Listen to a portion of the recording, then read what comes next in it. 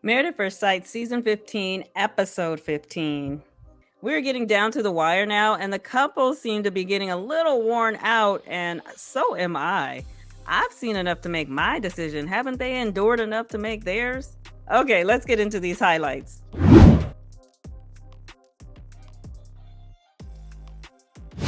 They're still at the retreat, complaining about each other to their teammates. Lindy definitely missed how rude her interruptions were when Miguel was spitting his bad rhymes. She's seeing his complaint as being controlling, like this is an empowerment moment for her. I will not allow a man to control me. Girl, that's not control. That's some good advice. Like, let the man finish a sentence, even if his poetry is gibberish.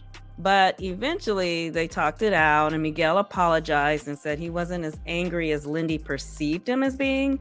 He was more annoyed, and the dodgeball game had him all hyped up.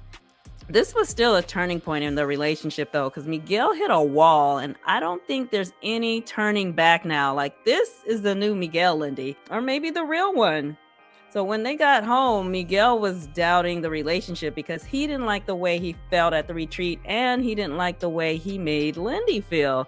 So he was pretty doom and gloom in terms of not being sure, like if they can make it work. But Lindy thought their weekend was just like a hiccup of many more to come as they get to know each other. Lindy, this wasn't a hiccup. This was a loud, juicy burp. Miguel is not a fan of your emotions, drama queen. While Lindy did make some good points, like part of marriage is about hitting bumps in the road and like working through them and continuing to learn more about each other. Miguel was in agreement, but he still seemed shaky. Like if she sneezes wrong, he's gonna bounce. So later, Miguel says he has a present for her, and it's her insurance card. Finally, I get to see a doctor. You can get hit by a bus and it'll be okay. I can get hit by a bus and you'll care this time. Okay, come through, Miguel. He kept his word. I kind of thought he'd wait until after decision day, though. While she was excited about getting the insurance, I don't know. I thought she'd be more grateful rather than making jokes.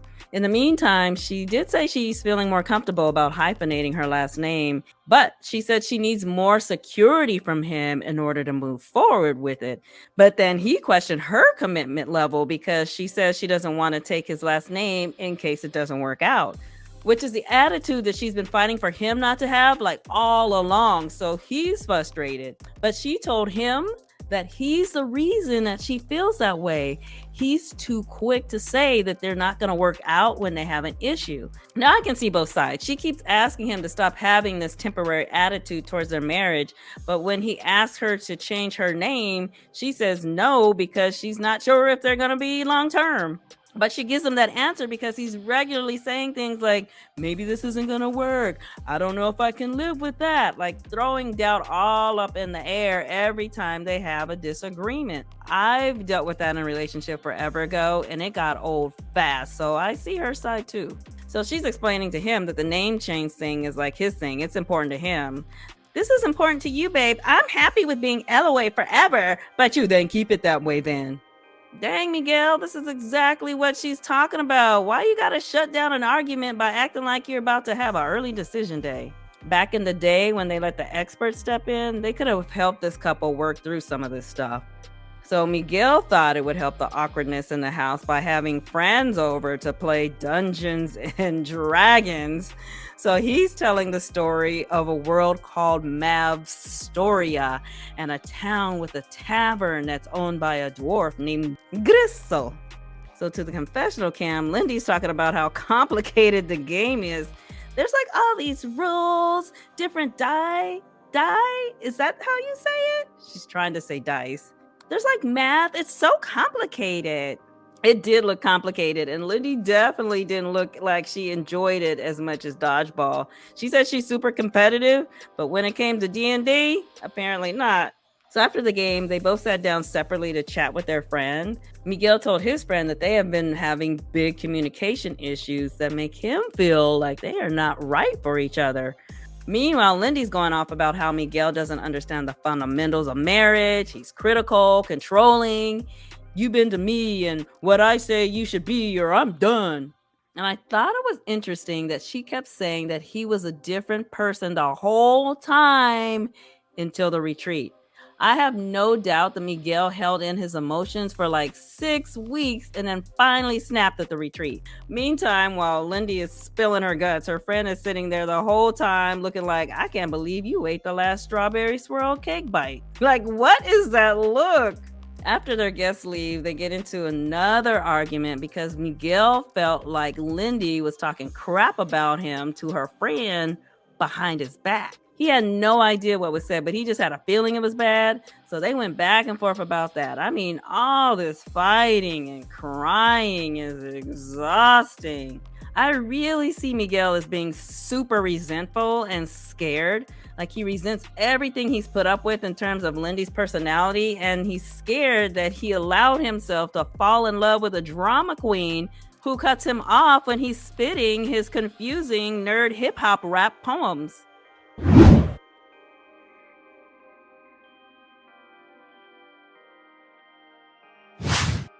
On their car ride home from the retreat, Alexis was expressing a little envy because Nate said that Stacia is a freak and she wishes she could be a freak too. And Weeping Willow was like, you could be a freak, baby. But Alexis insinuated because he was a quick shooter their first go around that it would be an issue. Alexis, you said at the retreat that you don't like toys or anything outside of normal sex, so don't try to blame the fact that you don't want to get your 50 Shades of Grey on Weeping Willow.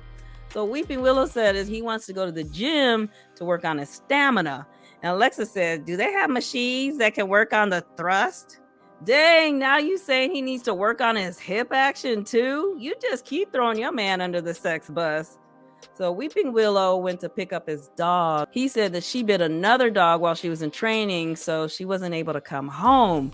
Therefore, he's giving his dog to his friend Chris. So Chris drives 17 hours to pick up the dog, and Maya was like really happy to see him. Then Alexis comes home to lend some support. She seemed off though, like her energy was odd. It didn't look like sadness. It was more like burnt out on the experiment or tired of this man and his dog.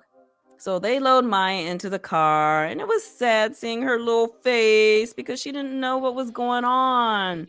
Now, a side note, our girl Virginia from the Atlanta season, she spoke out against the situation on her Instagram. Now, if you recall, her husband had a problem with her dog being wild. She said, sorry, but it's absolutely disgusting that this happened.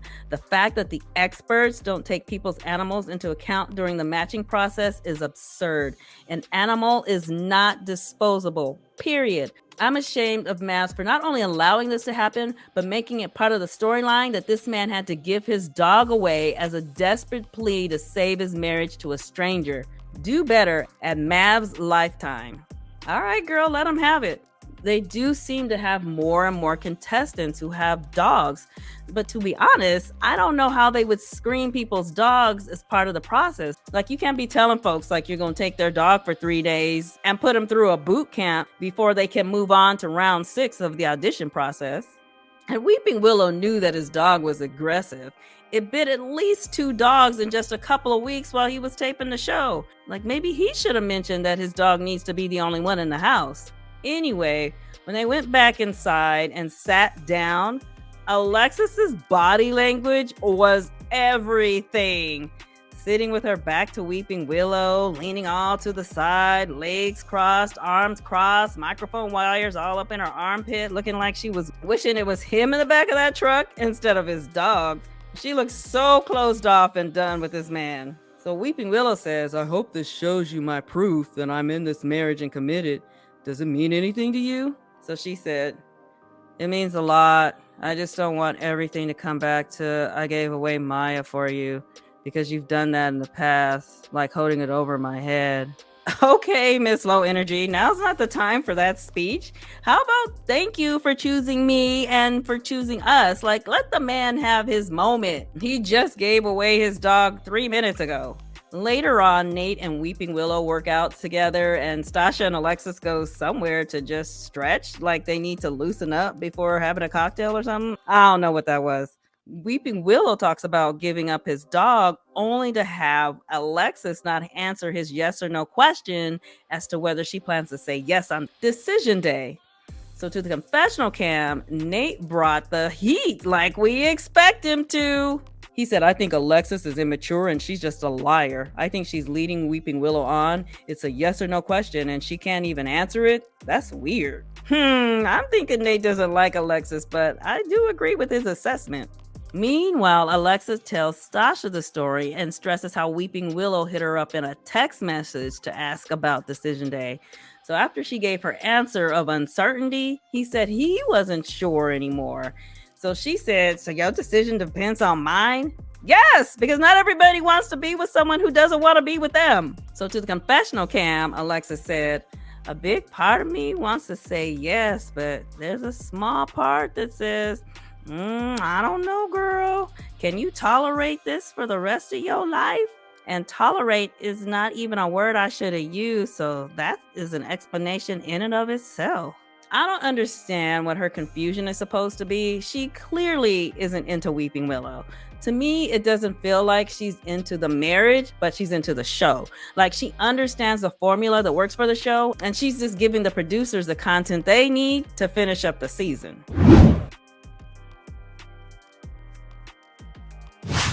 So Son of a Mitch went away for a few days for a conference. Before he leaves, he says that the time away from each other may be good because they can see if they're gonna miss each other. Plus, he will get a chance to be the old Son of a Mitch. Single Son of a Mitch. Say what now? Single? I didn't understand what he meant by that, but it came to light later. So while he was away, he and Krysten had a little video call, and he was carrying on about how much fun he was having, socializing, surfing, hanging out. But he brought it back in and said that he missed Krysten and having their morning coffee together. So when he returns, they head out to the beach. And on their way, he said he's hungover because he went out with a group of people the night before, like drinking and karaokeing. This wasn't really sitting well with Krysten, but we know her. She didn't say anything, instead held it in and will probably explode later. So Krysten asked if there were cute girls at the conference, and he said yes. Plus, she noticed that he didn't have his wedding ring on and asked if his ring was in the car, like if he lost it, what's up? No, it's right here, sorry.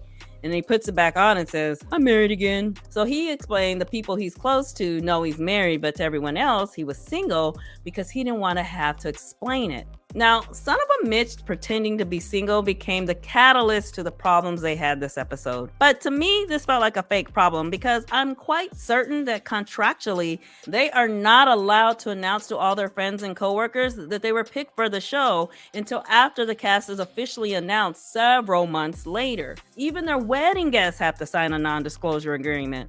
So to me, it made sense that he would pretend to be single since he wasn't allowed to tell them about being on the show.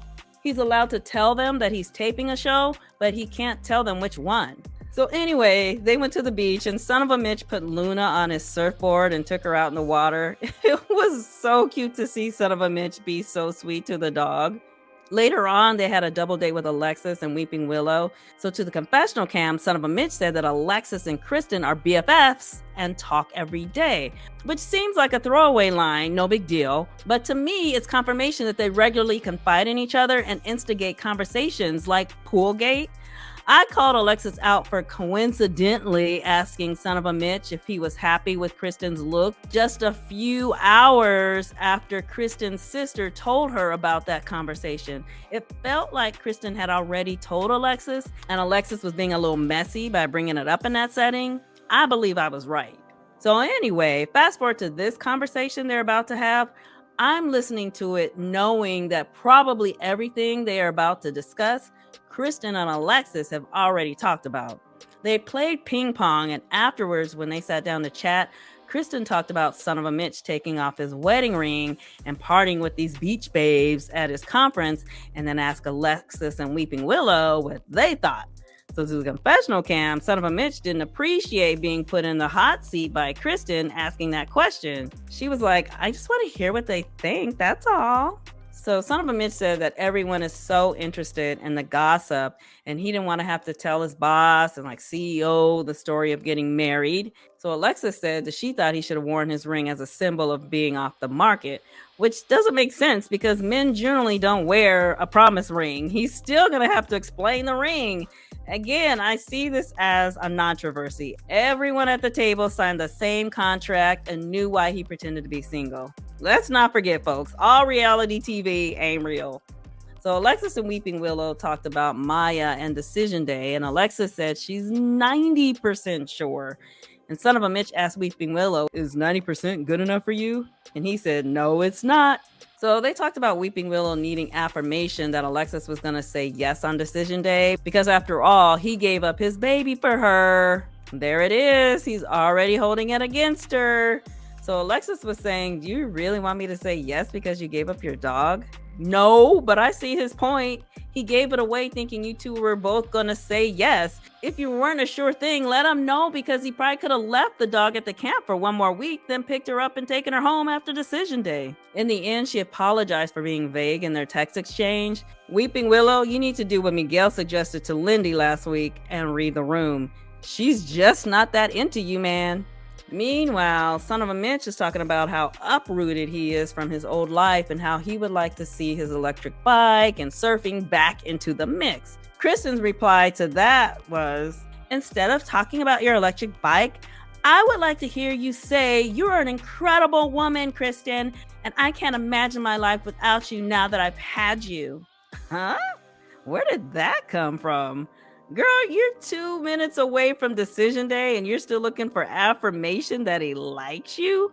Krysten is all over the place with her emotions, because one moment she's talking about how great her marriage and Son of a Mitch are, then the next she's begging for a kind gesture because she's never really felt secure in the marriage. Now, I don't feel sorry for Son of a Mitch, but I also don't know how he could feel like he knows where he stands with Krysten, because I'm not sure she even knows.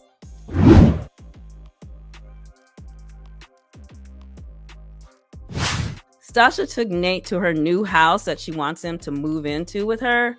Her controlling issues were on 10.